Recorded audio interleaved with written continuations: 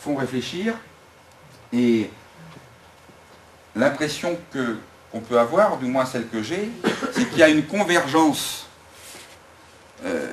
des indicateurs, des indices qui montrent que la question du développement de l'Internet dans le logement social est une question essentielle pour toute une série de questions sociétales et toute une série de questions qui sont relatives à l'offre collective de services, à l'offre publique de services. Et qu'après, on abordera des questions plus techniques, mais il n'y a pas de questions techniques sans contexte.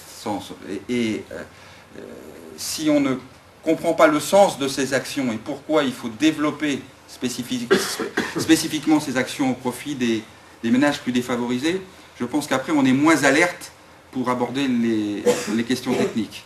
Et puis, je ne sais pas, je crois qu'il y a un ou deux bailleurs sociaux dans la salle.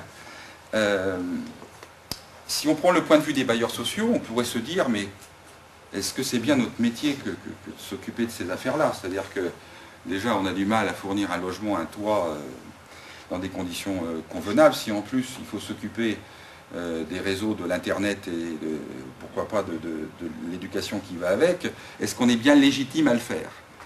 Alors, c'est une question qui reste ouverte, mais ce qui est certain, c'est qu'on le fasse nous-mêmes ou qu'on le fasse faire par d'autres.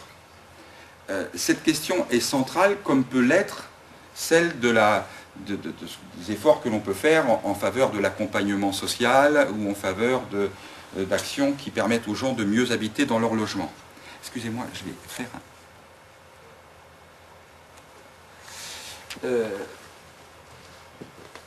je voudrais, en conclusion sur ce sujet-là, revenir sur la question du budget.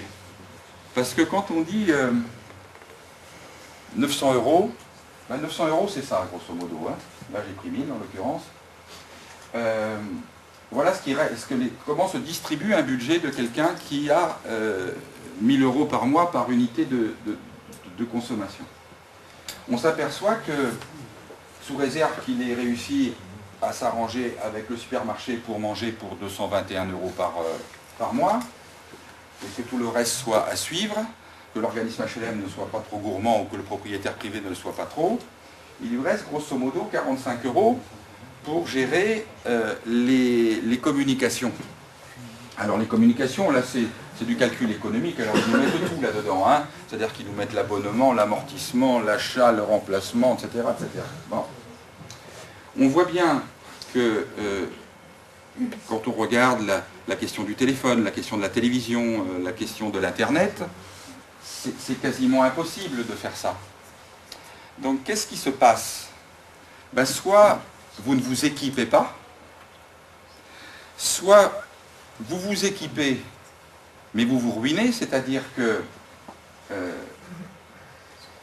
vous allez dépenser plus ici que ce qui est possible compte tenu de votre budget, et du coup vous allez toucher aux besoins fondamentaux, à la satisfaction des besoins fondamentaux. Et alors il y a une catégorie de population qui est tout à fait intéressante de ce point de vue-là. Ce sont les gens, et le Crédoc le montre très bien, qui ont des enfants à leur domicile qui ont entre 12 et 17 ans. Pour des raisons d'équilibre de leurs relations sociales, il est quasiment inenvisageable dans ces familles-là que l'accès à Internet n'existe pas. Et d'ailleurs, quand on regarde la statistique de l'accès à Internet à domicile selon le revenu, on se rend compte que cette catégorie-là est complètement déviante par rapport à toutes les autres. C'est-à-dire que vous avez, là où la moyenne va être de 35 ou 40% pour un niveau de revenu, vous allez être au-dessus de 90% sur cette catégorie de population-là pour ce qui concerne l'Internet à domicile. Et bien cette population-là, regardez-la bien, elle dépense pour l'Internet, elle dépense pour des tas de choses qui sont rendues nécessaires par la vie de jeunes adolescents ou de jeunes adultes au domicile. Elles se ruinent, et si vous les suivez, vous les retrouvez au restaurant du cœur. C'est-à-dire que là, c'est une catégorie de population où, de manière totalement manifeste, la satisfaction de besoins qui sont devenus fondamentaux pour ces personnes-là, en lien avec les réseaux et l'Internet, aboutit très directement à une dégradation des conditions de vie par ailleurs. Et c'est une raison de plus que je voulais vous soumettre pour vous intéresser à ces questions de l'Internet et des réseaux. Merci bien.